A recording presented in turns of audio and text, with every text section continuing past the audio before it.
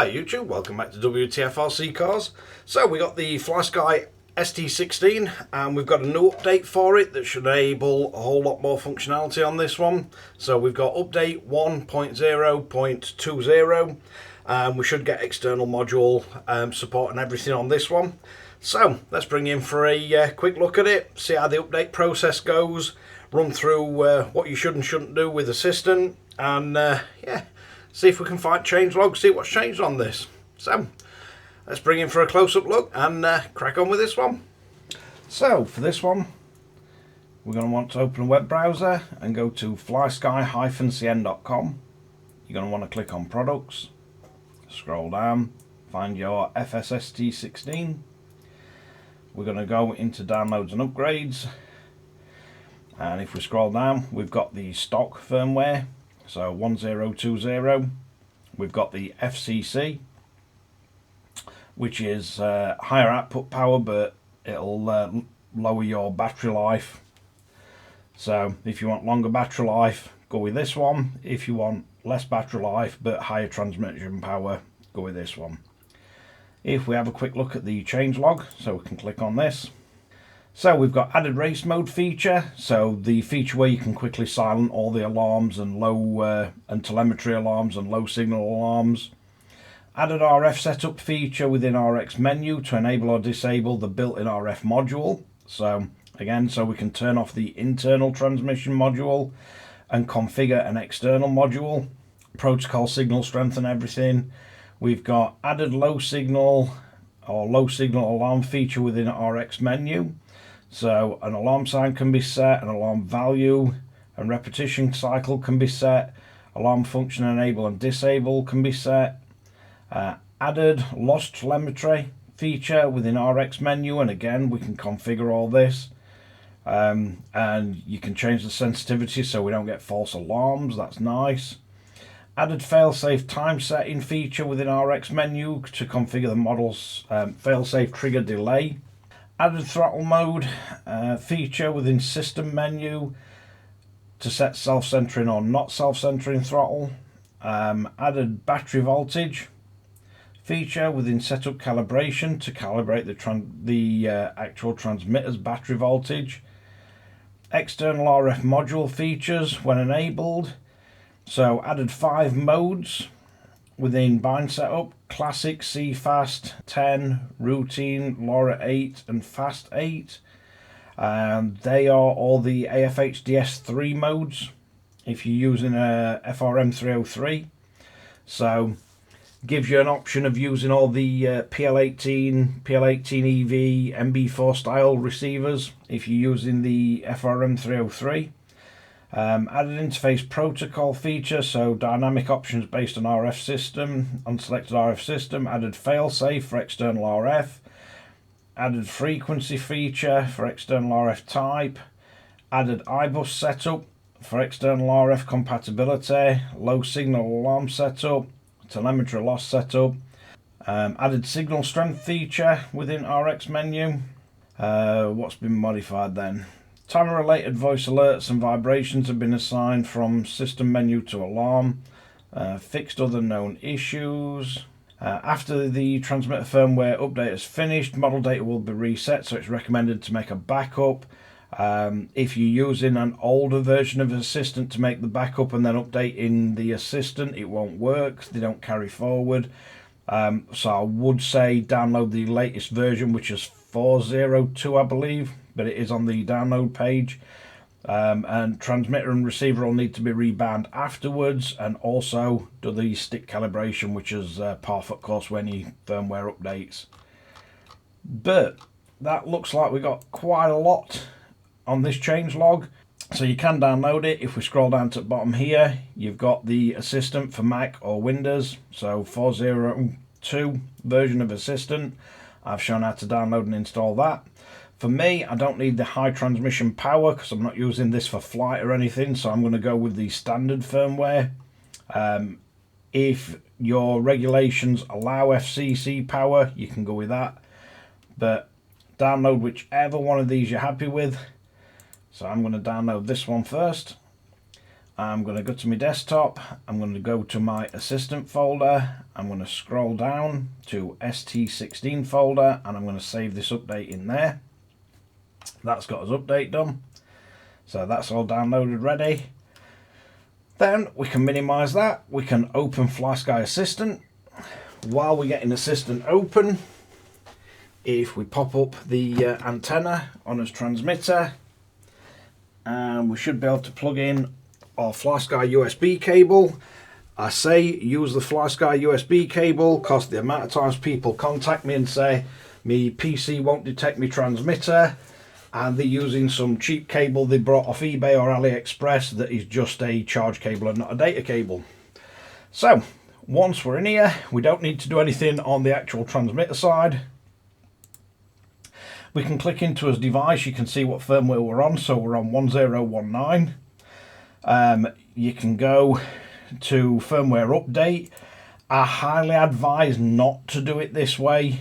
If we have a look on here, we've only got 1019 currently on here anyway. But for me, I would not do the firmware update through this version. It's just so slow to do the update. But we are going to want to back up any of his model memories. So if we go export, load Model TX. Now in here you can take everything if you want them all.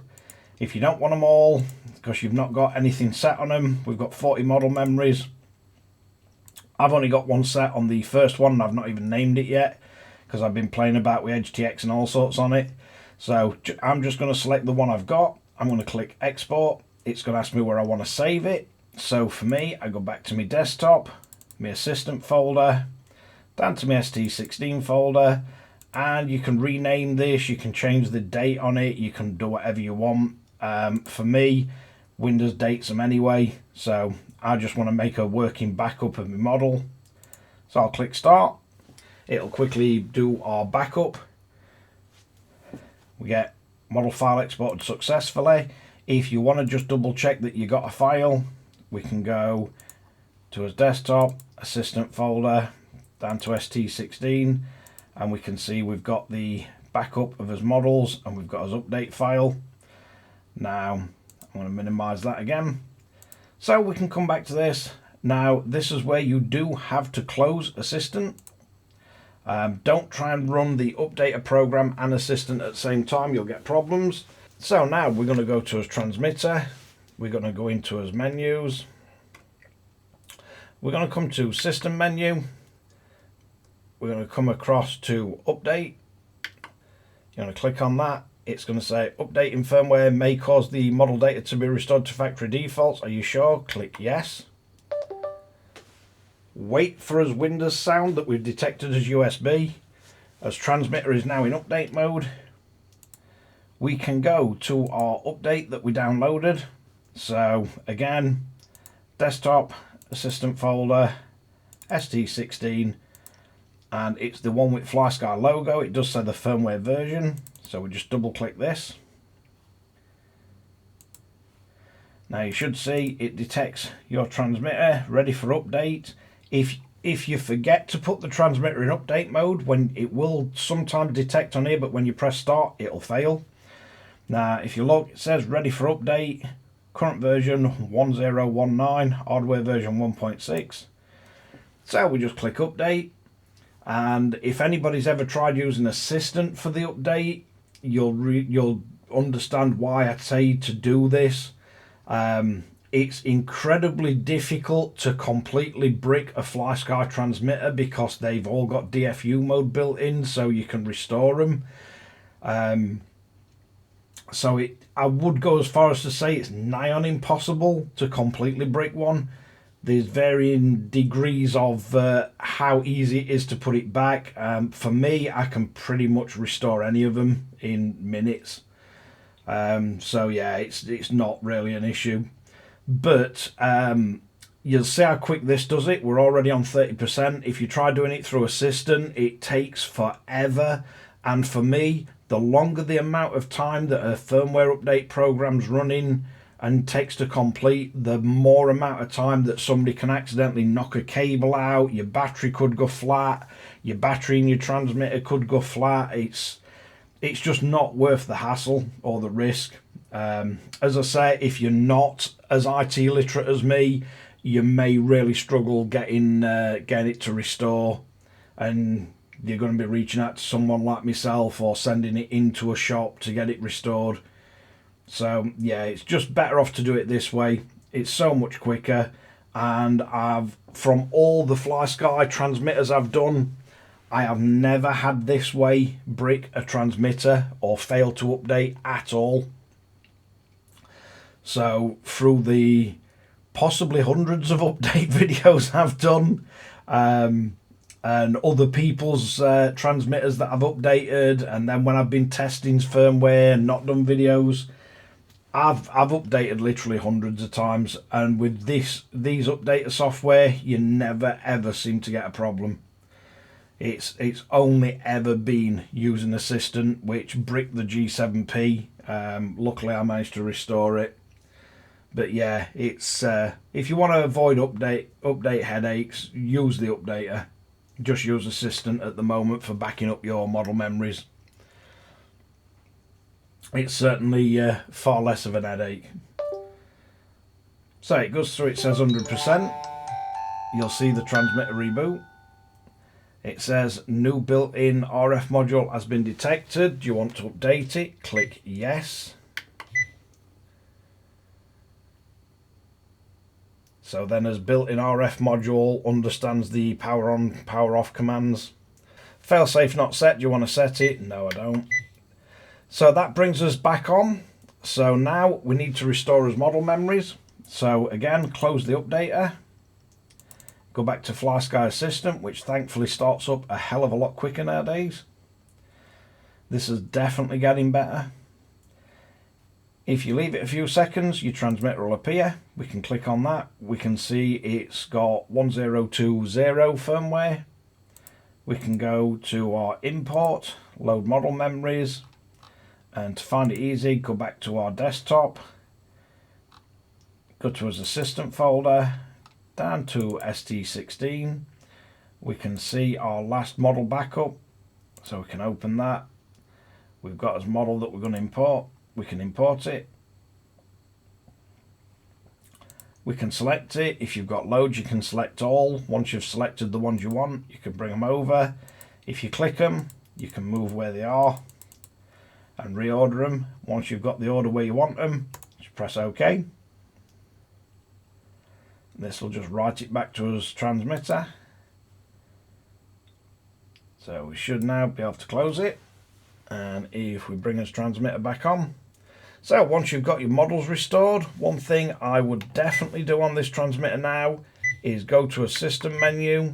So we're going to want to go to stick calibration. Asking if you want to calibrate. First time it tells you to put all the sticks in the center, so your two tuning pots and everything, make sure they're all centered. Press this button to start calibration.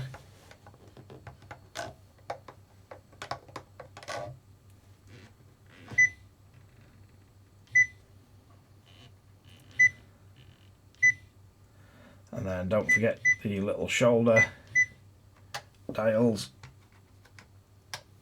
And then once you've done them, calibration successful. We now get calibration successful. So I think that's been added. We've also got throttle mode that's been added.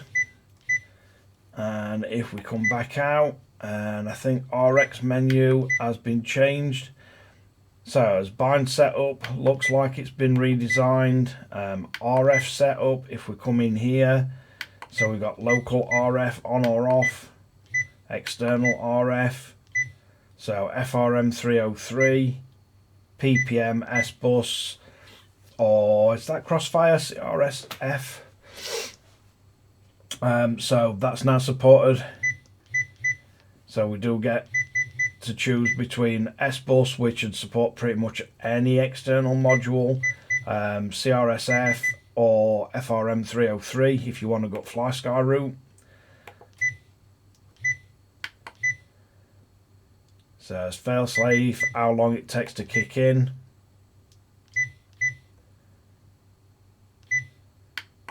Low signal alarms, telemetry, lost alarms. So yeah, quite a bit's changed. Looks like we've got a few more options in here as well, because that will update. So we've got throttle mode. So throttle back to centre, throttle does not return to centre. So on mine, self-centering throttle. So you're going to have to change that on some of your models. So basically what you're going to notice is the stuff that's changed will need you to set the actual features back up on the models, and it's purely because the actual menu's changed. We've got 4 logic switches. I'm not sure if we had them before, but yeah, there's quite a lot going on in here. There's channel monitoring. I don't think it's... Yeah, so channel assignment has stayed the same. The only things that are going to change are the stuff that's in memory, in model settings that have actually now been updated, so the RF and things like that. And main takeaway is the update all installs fine. We've got no problems with that. We've got no problems restoring as memory. Go through your settings and check and make sure the odd bits that have changed, recorrect them for that particular model. You will have to rebind your model because it's updated the RF firmware and everything. But yeah, other than that, it doesn't look like it carries over any of the settings from your model. So your screen timeout, and if you notice, all the beeps are back on. So I would go through everything. So on this, it's not took the settings over for just about anything at all. So it looks like your only settings that are going to come across are your channel settings. All the other settings for your transmitter, you're going to have to go in and you're going to have to change all these. So I know I had that set on battery, and I have most of them off. So yeah, definitely going to be worth going through and just making sure your settings are back where they should be. A dead giveaway is that the light patterns weren't set how I have them set, but other than that, it's quite a successful update. We've got some really useful features. The external module transmission, I know a lot of people's been wanting that support, especially the Crossfire. So yeah, looks like quite a successful update there from Flysky. We've got a whole bunch of new features, makes the transmitter more usable and opens up the expansion module. You've also got the calibration for the batteries. All that can be done now. But yeah, we had the changelog, so you can have a good read through that. But looks like quite a successful update, no issues, other than the fact it doesn't look like it carries over any of the setup for the transmitter through the model backup, but it does keep all your channels mapped. So yeah, let's wrap this one up. So there we have it, the ST16 on the new firmware. We got a whole bunch of new features. Doesn't seem to have any issues. It all seems to restore perfect as models have gone back on. Just go through and check your actual transmitter settings, because a whole lot's changed in there. We've got a load of new options and things, so stuff will need setting up. But yeah, other than that, nice that we can now use the external modules. Nice to see it's not just Flysky that they're supporting. So with the inbuilt transmitter on this, you've got the AMP protocol. Now you can go external and you can go AFHDS3. You can go Crossfire if you want. But you can also get S-Bus and PPM out. So you can use whatever transmission modules you want, really. But yeah, quite an interesting one. Nice to see they're adding new features to it, and nice to see it didn't do anything weird with the update. Assistant seemed to back up and restore absolutely fine. Update program went through fine. No weirdness and no headaches. So thanks again for watching Wtf Rc Cars. Don't forget to like and subscribe, hit the notification bell, share to friends and family, and catch you guys again in the next one.